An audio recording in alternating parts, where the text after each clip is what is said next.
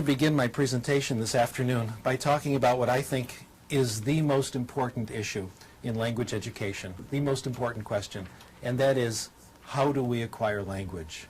And I'd like to begin this discussion, this presentation, with an outrageous statement. In my opinion, we all acquire language the same way. The reason this is an outrageous thing to say is that these days in education, we're living in an age of individual variation. We're very concerned about how our students are different, not how our students are the same. Those of you who've been around in the field for a while remember, about 15, 20 years ago, people were very concerned about something called field-dependent learners and field-independent learners. You give people a certain test and one group gets this treatment, one group gets the other. Then about 15 years ago it was left side of the brain, right side of the brain. Some people are left hemisphere thinkers, some people are right hemisphere. Then about 10 years ago, cognitive style. The cognitive style of the home culture differs from the cognitive style of the school culture. We have a clash, etc. Well, each of the examples I gave you is probably correct. There is individual variation, and there is quite a bit of it. Nevertheless, there are some things we all do the same. Let me give you some examples. Digestion. We all digest food the same, no significant individual variation. First you put it in your mouth, then you chew it up, then it goes down your throat, then into your stomach. That's how it's done everywhere. That's how it's done in North America, South America, Europe, Asia, Africa. That's how it's done everywhere in the world. The visual system's the same everywhere. It's always the occipital lobe in the back of the brain. It's never in the side of the brain. It's never in the front of the brain. It's never in the elbow. It's done exactly the same everywhere you go. By the way, I used to use sex as an example of things everyone does the same, but some counterexamples have been pointed out to me recently. Actually, I saw this movie, if you really want to know the truth. Anyway, we all acquire language the same, and rather than just talk about it, I'd like to show you. I'd like to take just a couple of minutes and give you some sample language lessons. I'll use a language that I'm sure you've heard before and maybe some of you speak, and you can tell me which of these two very brief lessons you like better. Here's lesson number 1. Wir werden jetzt anfangen, Deutsch zu lernen. Und ich möchte im Voraus sagen, dass nach meiner Meinung Deutsch ist eine sehr schöne Sprache. Und ich hoffe, dass Sie alle sehr viel Erfolg mit Deutsch haben werden. What do you think? Good lesson so far? Do you think if I kept talking to you like that, you'd pick up German? Not very likely. How about if I repeated it? Would that help? Probably not. How about if I said it louder? Would that help? Probably not. How about if I said it and you repeated it back? Again, I don't think that would help. How about if I wrote it out for you and you could see it on your television screen? That wouldn't help either. How about if I wrote it out for you and you copied it down? How about if I wrote it out for you and deleted every 5th word and you tried to guess what the word is? The truth is that none of these things help. None of these things mean anything, and I hope you can see that now. Here's lesson number 2. And for this, you have to watch me carefully. Das ist meine Hand. Verstehen Sie das? Hand? Everyone say, ja, I can hear you, even though it's a TV audience. Good. Kopf. Das ist mein Kopf. Verstehen Sie Kopf? Ja? Gut. Kopf. And here I'll draw a picture now. Kopf. Ist gut, ja? Schön. Kopf. Das ist Mr. Spock, ja? Mr. Spock hat 2 Ohren. Ohren. Verstehen Sie Ohren? Er hat 2 Ohren. Okay, Mr. Spock. Ja? Ach, nein. Entschuldigung. Okay.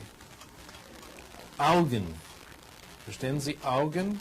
Augen. Wie viele Augen? 1, 2, 3 Augen. 3 Augen. Ist das richtig? 3 Augen? Nein. Wir haben nur 2 Augen. Mund. Verstehen Sie Mund? Und hier ist eine Zigarette, ja? Nein. Zigaretten sind nicht gut. If you understood lesson number 2, not every word, but more or less, I did everything necessary to teach you German. And now I'm going to share with you the most important thing I have learned about language. Probably the best kept secret in the profession. We acquire language in one way and only one way, when we understand messages. We call this comprehensible input. We acquire language when we understand what people tell us, not how they say it, but what they say, or when we understand what we read. Comprehensible input, in my opinion, has been the last resort of the language teaching profession. We've tried everything else. We've tried grammar teaching, drills and exercises, computers, etc. But the only thing that seems to count is getting messages you understand, comprehensible input. Now, one of the reasons lesson number 2 was better than lesson number 1 is we had Mr. Spock to help us out. So anything that helps make input comprehensible, pictures, knowledge of the world, realia, etc., helps language acquisition. If comprehensible input is true, what we call the input hypothesis is true, other things follow from it. And a very important corollary of the input hypothesis is this, and this may come as a bit of a surprise to some of you. Certainly came as a surprise to me. Talking is not practicing. Talking is not practicing. What does this mean? It means if you want to improve your Spanish, it will not help you to speak Spanish out loud in the car as you drive to work in the morning. It will not help you to go to the bathroom, close the door, and speak Spanish to the mirror. I used to think those things help. Now I think they don't. On the other hand, if we were a German class and we could hang together for a couple of weeks, say an hour a day of German, and I could keep the input light and lively, as in the second example, you'd start to acquire German. It would come on its own. And eventually, you'd start to talk. Your speaking ability would emerge gradually. Now, we have a lot of evidence that this is true, and the evidence is in the professional literature, in books, in journal papers, etc. And if you're an insomniac, you're welcome to look at all that. But rather than go through that, I'd like instead to tell you a story that illustrates the same point. I've used this story for a long time, so those of you who've heard it before, I've been using this for about 15 years, and the reason stay with it is that it makes the point very well, and I've discovered it's just about a universal experience. What has happened to me has certainly happened to you. And bear in mind, if you've heard it before and you're tired of hearing it, think how I feel. My experience took place in 1974 when I was briefly living in exile from California, working at the City University of New York at Queens College as Director of English as a Second Language. And like everyone else in New York, we lived in a big apartment building. And the apartment next door to us was owned by a Japanese company. And every year, there'd be a new family in the apartment. And every year, there were the children who couldn't speak English. And there I was, Director of English as a Second Language. I will teach English to these children and brag about it to my friends. So I remember going up to the little girl next door. She was 4 years old. Her name was Itomi. And I didn't know about this material on language acquisition then. Nobody did. And I thought then the way you get people to acquire a language is you get them to practice talking. So I tried to get her to talk. I'd say, Itomi, talk to me. Say good morning. Say hi. No response. Well, clearly I decided I've got to make this more concrete. Itomi, say ball. No response. Well, obviously I've got to break it down into its component parts. Let's work on initial consonants. Say ba. Look at my lips. Again, no response. There's a theory going around then that a lot of people still believe that children don't really want to acquire language. You have to kind of force it out of them. So I tried that. I won't give you the ball until you say ball. That didn't work either. No matter what I said, Itomi wouldn't speak. She didn't say anything the first week. She didn't say anything the second week, the first month, the second month, 5 months until she started to speak. Actually, that's not entirely true. Children during this stage do pick up certain expressions from the other children in the neighborhood. It's not real language. They understand approximately what they mean. Again, it's not real language. They have a rough idea what it means. They use it in roughly appropriate situations. Things like, leave me alone, get out of here. In fact, one child I knew, the only thing he could say was, I kick your ass, said it everywhere. Wasn't quite sure what it meant. After about 5 months, Itomi started to speak. And several things were interesting about her language. First, it looked a lot like first language acquisition, the same process our children went through. 1 word, 2 words, gradually getting more complicated. Second, it came quickly. By the time Itomi and her family went back to Japan at the end of the year, her English was closing in on the way the other children in the neighborhood were talking. The question is this: what was going on during those 5 months? She was listening. She was picking out comprehensible input. When she started to speak, it was not the beginning of her language acquisition. Let me repeat that. When she started to speak, it was not the beginning of her language acquisition. It was the result of all the comprehensible input she had gotten over those 5 months. Now, a silent period for a child in a situation like this is not pathological. It's normal. It's what you expect.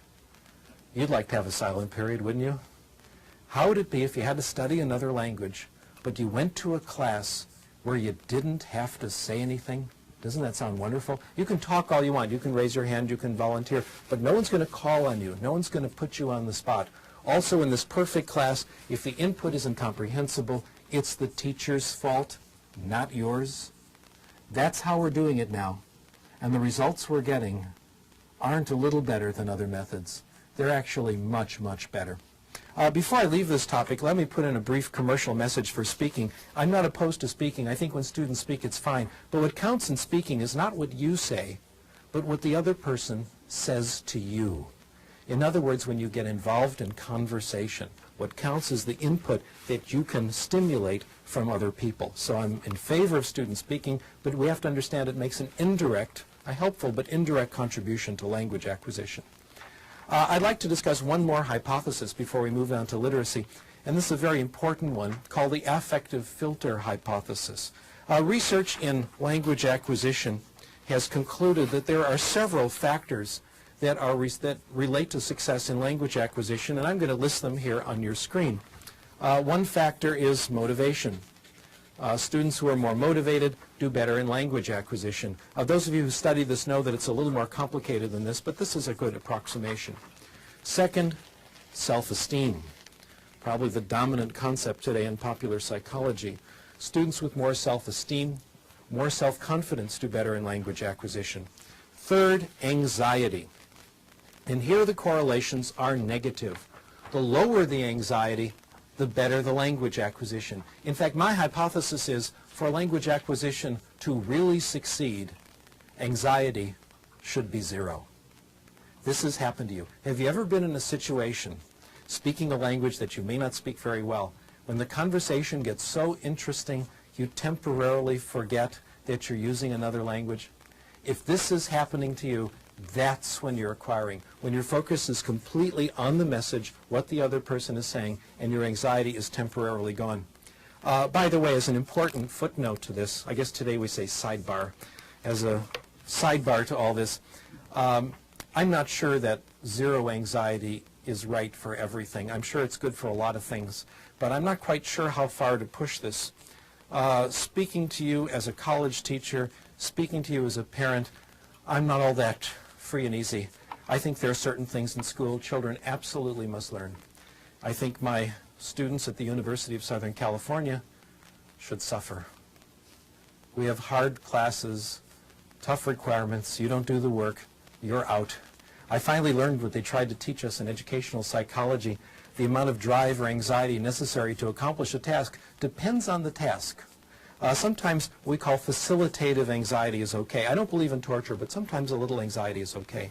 Language acquisition, though, is different. For language acquisition to succeed, anxiety has to be directed somewhere else, not at the language. Frank Smith puts it this way: for the child to develop literacy, the child has to assume that she's going to be successful.